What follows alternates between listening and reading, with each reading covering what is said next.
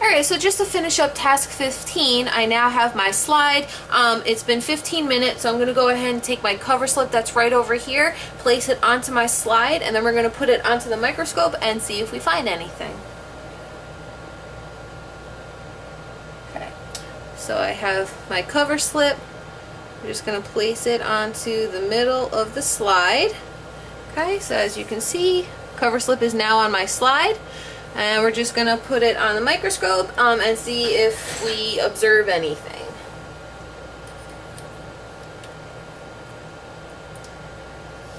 Alright. So we're just going to turn the light on.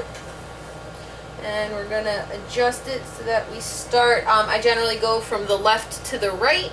And we're going to take a peek and see if we see any friends. Okay.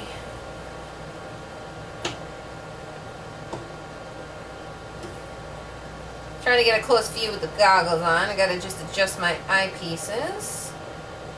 Alright, and sometimes what can happen, there can be little tiny air bubbles that might form once you put the cover slip on. So I'm gonna try to keep an eye out for those as well. You know, not so I don't want to mistake them for, you know, any kind of parasite ova. So start over here, and we want to make sure that we are on the 10 times objective lens, and we're going to take a peek. Also just want to fine tune it a little bit so I can see a little bit better.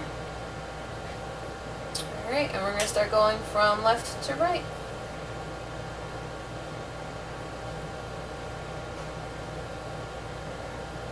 And so far, not seeing much of anything.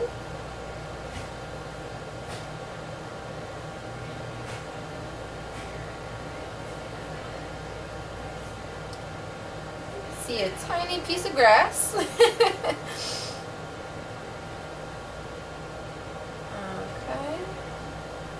That's the end of the cover slip there. So then we're just going to move up a smidge.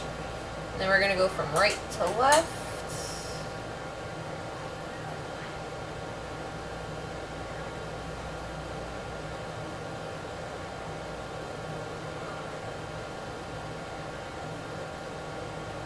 I'm going to fine tune a little bit. And that seems to just be another piece of grass.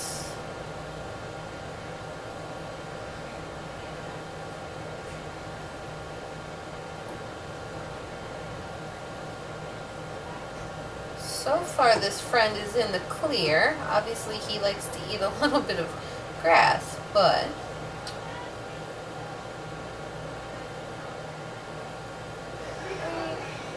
that's the end of the cover slip. So then again we're just going to go up a little bit more. And we're going to go from left to right.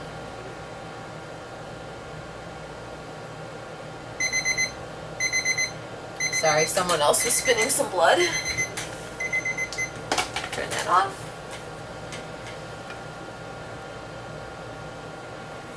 Okay.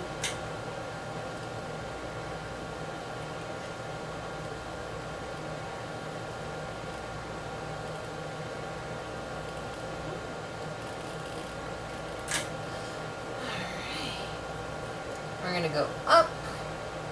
And then we're going to go from right to left again.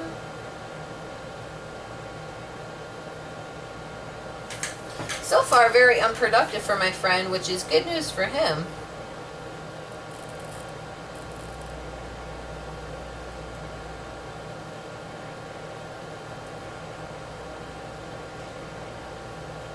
Alright, we got the end of the cover slip again, so we're just going to go up. And then again, it's going to be from left to right, and this looks like this is going to be our last strip.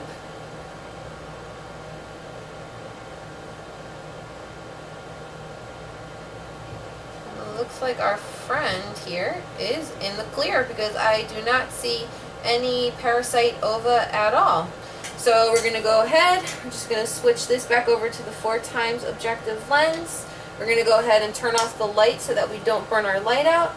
And we're just going to take our slide and we're going to throw it into Sharp's container down here. And then just real quick, going to go over just some pretty common parasites that we see here at my practice. We have a nice little guide in case we need a little refresher here and there that we have at my practice. Internal parasites of dogs and cats. Goes into more detail farther than, you know, parasites out of the feces. But for today, we're going to talk about parasites found in feces. So we're going to start on this page, just a demonstration of what it looks like for a tapeworm egg. So as you see, it has a bunch of little kind of circles within a bigger oval circle, and that's Dipylidium caninum. And then this is it as an adult worm. As you can see, it has kind of like little cucumber shapes to it as it, you know, keeps on going on. Okay, so that's a tapeworm, commonly found in dogs. And then these are also some of what an owner might see in the feces, which, as you can see, very, very tiny as compared to a penny. Okay, moving on. We have the Tinea species, which is also a tapeworm. Again, you can see they're a little more round, kind of clustered right here.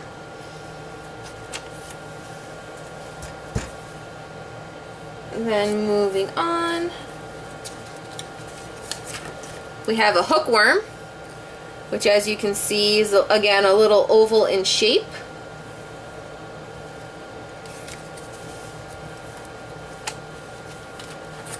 Moving on, more of the Unicaria is going to be a hookworm egg, oval again in shape, bigger one, and then this is a little smaller oval shaped egg.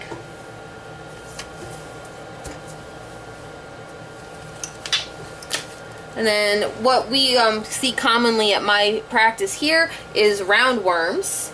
As you can see, the eggs are very round. So Toxocara, which is usually found in cats, and then the Toxoscaris, which is usually found in canines.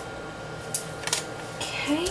And then down here, a little less common that I've seen in my practice. It's pretty like oval shaped and has kind of like two little knobs on the left and the right end. Is going to be your whipworm. They can get, you know, once they're an adult worm, they're pretty grody. And that's your Trichuris vulpus. And then moving on, another very common one at my practice is Giardia. They have little kind of flagella or flagellae that kind of go out because they can actually kind of like move around, and if you see them on microscopic examination, you can actually see them kind of floating around a little bit, moving around. And this is just some Giardia eggs. My older pug actually had Giardia when I first got him as a puppy. We got to be careful if a patient does have Giardia, because it's easily spread from canine to canine or from canine to human. More so if a human were to, you know, touch feces and not wash their hands and ended up biting their nails or actually accidentally ingesting it. But it is a zoonotic parasite, so we got to be careful with that one. And another common one is just Coccidia or Isospora. As you see, little oval eggs as well, and it looks like there's another little circle in between, and that's what you would see on your microscope. Okay, and then just another little helpful packet that we have here at my practice, because sometimes a lot of, you know, new clients with new puppies that they haven't had in a while need a little bit further explanation. So we have our pocket guide to intestinal parasites, and it kind of opens up to this huge pamphlet that kind of says, you know, the most common tapeworms found in animals, dogs and cats particularly, because that's what we mostly see here at my job, kind of the life cycle of how it works. Again, closer looks of when they are adult worms. Goes over some of the zoonotic parasites that, you know, can be transmissible to humans, in comparisons of how tiny they are as say a paper clip, and some of the things that can happen to humans. So, and what, you know, if a puppy has intestinal parasites, you know, a puppy might have the bigger belly, and might be losing a lot of weight even though they're eating a whole bunch, so this is very helpful when going over, some things for owners to watch out for as well if their patient is infected with an intestinal parasite. So those are my pictures, and that is my completion of task 15, which is the fecal centrifugation and flotation.